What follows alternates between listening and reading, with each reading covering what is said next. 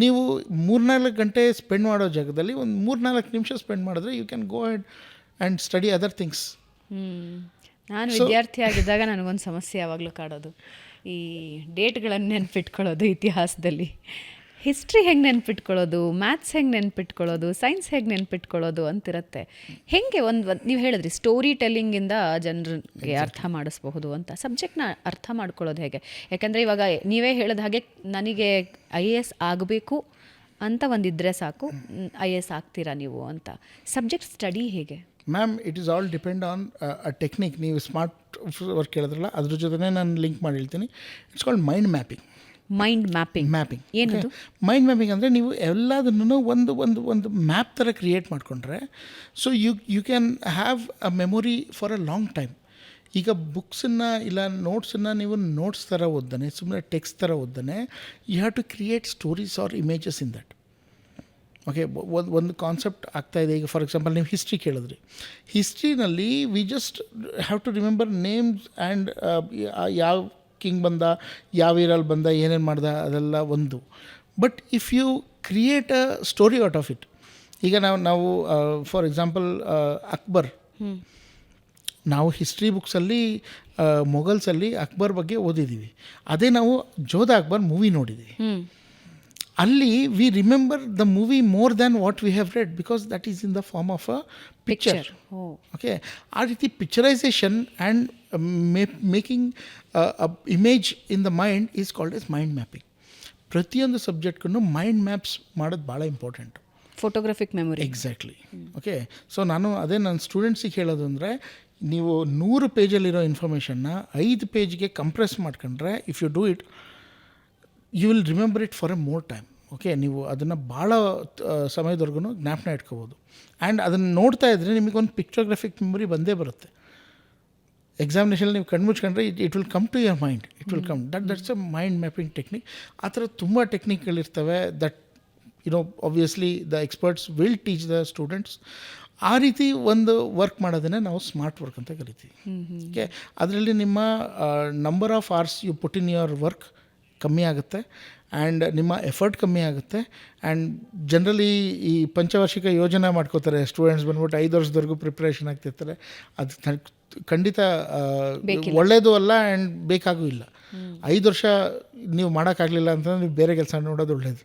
Okay, so you are not made for this. So first attempt fail ಆಗುತ್ತೆ, second attempt ಮಾಡ್ತಾರೆ. So ಹೆಂಗೆ work ಆಗುತ್ತೆ? ಇಲ್ಲ ma'am, compulsory ಇಲ್ಲ. ನನಗೆ ಹೇಳೋದು ಅಲ್ಲ, by any chance first attempt fail ಆಯಿತು, ಸೊ ಅದರಿಂದ ಕಲಿಬೇಕಾಗಿರೋದೇನು? ಸೆಕೆಂಡ್ ಅಟೆಂಪ್ಟ್ ಸಕ್ಸಸ್ ರೇಟ್ ಎಷ್ಟಿರುತ್ತೆ? ಮ್ಯಾಮ್, ಯೂಶಲಿ ಒಬ್ಬ ಸ್ಟೂಡೆಂಟಿಗೆ ನಾರ್ಮಲ್ ಪ್ರಿಪ್ರೇಷನ್ ಆಗಿದ್ದರೆ, I always say that treat your first attempt as your last attempt. ಎರಡನೇ ಅಟೆಂಪ್ಟ್ ಯೋಚನೆ ಮಾಡೋಕ್ಕೆ ಹೋಗ್ಬೇಡಿ. ಓಕೆ, ಯಾಕಂದರೆ ಒಂದು ಕಾನ್ಫಿಡೆನ್ಸ್ ಸ್ಟೂಡೆಂಟ್ಸಿಗೆ ನಾನು ಮಾಡ್ತೀನಿ ಅನ್ನೋದನ್ನು ತರೋದು ಭಾಳ ಇಂಪಾರ್ಟೆಂಟು. ತುಂಬ ಸ್ಟೂಡೆಂಟ್ಸು ಈ ಸರಿ ನೋಡೋಣ, ಟ್ರೈ ಮಾಡೋಣ, ನೆಕ್ಸ್ಟ್ ಟೈಮ್ ನೋಡ್ತೀನಿ. ಯಾಕಂದರೆ 1 ವರ್ಷದಿಂದ 2 ವರ್ಷ ಮಧ್ಯದಲ್ಲಿರೋ ಗ್ಯಾಪು ಭಾಳ, 1 ವರ್ಷ is a too big time. ಆ ಟೈಮಲ್ಲಿ ಏನಾರು ಆಗ್ಬೋದು, ಡಿವಿಯೇಟ್ ಆಗ್ಬೋದು, ಅದಾಗ್ಬೋದು, lot of things can happen. ಎಷ್ಟು ಬೇಗ ನಾವು ಪ್ರಿಪ್ರೇಷನ್ ಫೇಸಿಗೆ ಎಂಟ್ರ್ ಆಗ್ತೀವೋ ಅಷ್ಟು ಬೇಗ ಅದನ್ನು ಮುಗಿಸ್ಕೊಂಡು ಹೊರಗಡೆ ಹೋಗ್ತಾ ಇರ್ಬೋದು. The more time you spend in this journey, the more you will get down. ಯಾಕಂದರೆ ಇಲ್ಲೇನು ಮಾಡೋಕ್ಕಿರಲ್ಲ, ಓದೋದು ಬಿಟ್ಟರೆ ಬೇರೆ ಏನೂ ಮಾಡೋದೇ ಇಲ್ಲ. ಅದಕ್ಕೋಸ್ಕರ ತುಂಬ ಸಮಯ ಇಲ್ಲಿ ಸ್ಪೆಂಡ್ ಮಾಡೋದು ಇಷ್ಟ ಇಲ್ಲ, ಸ್ಪೆಂಡ್ ಮಾಡೋದು ಒಳ್ಳೆಯದಲ್ಲ ಅಂತ ಹೇಳ್ತೀನಿ. ಮೊದಲನೇ ಅಟೆಂಪ್ಟಲ್ಲಿ ಜನ ಅಕಸ್ಮಾತ್ ಫೇಲ್ ಆದರೆ, ಫಸ್ಟು ಪ್ರತಿಯೊಂದು ಸ್ಟೂಡೆಂಟ್ಗೂ ಇಂಡಿವಿಜುವಲ್ ರೀಸನ್ಸ್ ಇರುತ್ತೆ. ಈಗ ಎಲ್ಲರೂ ಒಂದೇ ರೀಸನ್ಸಿಗೆ ಫೇಲ್ ಆಗ್ತಾರೆ ಅನ್ನೋ ಕೇಳೋಕ್ಕಾಗಲ್ಲ. ಒಂದನೇದು ಅವರು ಕೋಚಿಂಗ್ ತೊಗೊಳ್ದೇ ಜಸ್ಟ್ ಸುಮ್ಮನೆ ಬರ್ದಿರ್ಬೋದು, ಇಲ್ಲ ತೊಗೊಂಡಿರ್ತಾರೆ, ಅದರಲ್ಲಿ ಅವ್ರಿಗೆ ಅದನ್ನು ಕಾನ್ಸೆಪ್ಟೇ ಅರ್ಥ ಆಗಿರೋಲ್ಲ. ಕೋಚಿಂಗ್ ಮಸ್ಟಾ? ಕೋಚಿಂಗ್ ತೊಗೊಳ್ಳೇಬೇಕಾ? ಕೋಚಿಂಗ್ ಮಸ್ಟ್ ಅಲ್ಲ. That is one thing which I want to put it. ನಿಮಗೆ ಬುಕ್ಸ್ ಇದೆ, ನಿಮಗೆ ಸೋರ್ಸ್ ಗೊತ್ತಿದೆ, ನಿಮಗೆ ಎಲ್ಲಿ ಓದಬೇಕು, ಏನು ಮಾಡಬೇಕು, ಯಾವ ಸಬ್ಜೆಕ್ಟ್ ಓದಬೇಕು ಅಂತ ಗೊತ್ತಿದೆ, ಬುಕ್ಸ್ಗಳಿದ್ದಾವೆ, ಮನೇಲಿ ಕೂತ್ಕೊಂಡು ಪ್ರಿಪ್ರೇಷನ್ ಮಾಡಬೇಕು. ಬಟ್ ಅದನ್ನು ನೀವು ಮಾಡ್ತಾ ಅದನ್ನು ಅನಲೈಸ್ ಮಾಡಿ ಅದು ಏನು ಹೇಗೆ ಅಂತ ತಿಳ್ಕೊಳ್ಳೋಕ್ಕೇ ನಿಮಗೆ ಆಲ್ಮೋಸ್ಟ್ 1.5 2 years ಹೊರಟೋಗುತ್ತೆ. ಸೊ ಅದನ್ನು ಮಾಡ್ಕೊಂಡು ಅನಲೈಸ್ ಮಾಡ್ಕೊಂಡು ನೀವು ಮನೇಲಿ ಉತ್ಕೊಂಡು ಖಂಡಿತ ಪಾಸ್ ಮಾಡ್ಬೋದು. ಸೆಲ್ಫ್ ಸ್ಟಡಿನಲ್ಲಿ ಖಂಡಿತ IAS ಆಗ್ಬೋದು. But why people come to coaching ಅಂದರೆ they don't want to spend the 2 years in understanding the exam. Okay. ಅದಕ್ಕೆ they will come to us and ನಾವು ಅರ್ಥ ಮಾಡ್ಕೊಂಡಿರೋದ್ರಿಂದ it will be easy for them. ಬೇಗನೆ ಅವರು complete ಮಾಡ್ಕೊಂಡು ಹೋಗ್ಬೋದು. That is where we come in. Discipline ಬೇಕಾ, consistency ಬೇಕಾ? ಎರಡೂ ಬೇಕು ಮ್ಯಾಮ್. ಓಕೆ, ಡಿಸಿಪ್ಲಿನ್ ಇಲ್ದೇ ಕನ್ಸಿಸ್ಟೆನ್ಸಿ ಬರೋಲ್ಲ. So unless you become discipline, ಈ ಟೈಮಿಂಗ್ಸಲ್ಲಿ ಇದೇ ಮಾಡಬೇಕು ಅಂತ, ಸೊ ನೀವು ಕಂಟಿನ್ಯೂಸ್ ಆಗಿ ಹೋಗೋಕ್ಕಾಗಲ್ಲ. So people lose consistency because they are not disciplined. So first ಅಟೆಂಪ್ಟಲ್ಲಿ ಯಾರು ಕ್ಲಿಯರ್ ಆಗಲ್ವೋ ಮೋಸ್ಟ್ ಆಫ್ ದೆಮ್ ಸೆಕೆಂಡ್ ಅಟೆಂಪ್ಟಲ್ಲಿ ಮಾಡ್ತಾರೆ, ಕ್ಲಿಯರ್ ಆಗುತ್ತೆ. ಯಾಕಂದರೆ ಫಸ್ಟ್ ಅಟೆಂಪ್ಟಲ್ಲಿ ಅವ್ರು ಅದರಿಂದ ತಪ್ಪುಗಳೇನು ಅಂತ ತಿಳ್ಕೊಳ್ಳೋದು ಭಾಳ ಇಂಪಾರ್ಟೆಂಟ್. ಅದಿಲ್ದೇ ಎರಡನೇ ಅಟೆಂಪ್ಟ್ ಹೋದರೆ ಅದು ಫೇಲ್ ಆಗುತ್ತೆ. ಓಕೆ. ಓಕೆ, ಕರ್ನಾಟಕದಿಂದ ಅತಿ ಹೆಚ್ಚು ಆಯ್ಕೆಗಳು IASಗೆ ಆಗಬೇಕು ಅಂದರೆ ಏನು ಬದಲಾಗಬೇಕು?